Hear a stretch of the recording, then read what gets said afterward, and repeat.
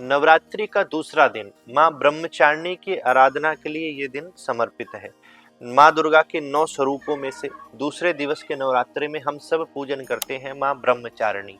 कौन है माँ ब्रह्मचारिणी? जब माता पार्वती भगवान शंकर को पति रूप में प्राप्त करने के लिए जंगल में तप करने लगी थी और तप करके उन्होंने इस तप के ही द्वारा शिवजी को प्राप्त किया, तो उस तप करते समय माँ का ही नाम पड़ गया माँ ब्रह्मचारिणी।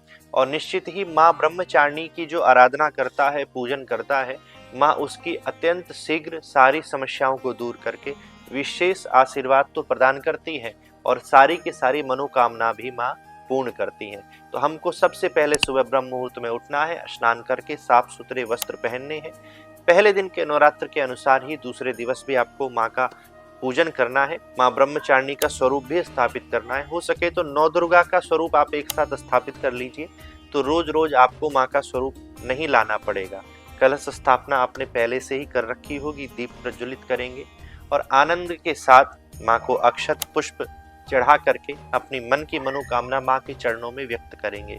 नाना प्रकार के फल भी आप यथाशक्ति माँ को अर्पित कर सकते हैं, कुछ मिठाई भी आप लगा सकते हैं।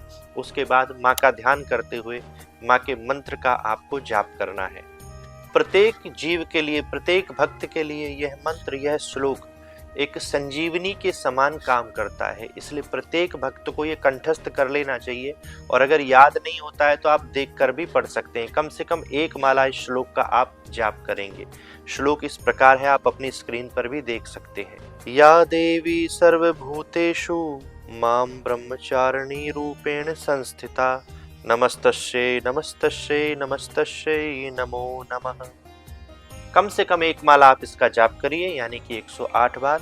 उसके बाद पूरे आनंद से पूरे परिवार के साथ मिलकर माँ की आरती उतारिए। उसके बाद पूरे परिवार को प्रसाद वितरण करिए, सब उस प्रसाद को पाइए और सबकी मंगल कामना की प्रार्थना आप माँ के चरणों में करिए। निश्चित ही माँ ब्रह्मचारिणी अति शीघ्र प्रसन्न होकर आपके परिवार पर अपनी कृपा बरसाएंगी। जय माता दी।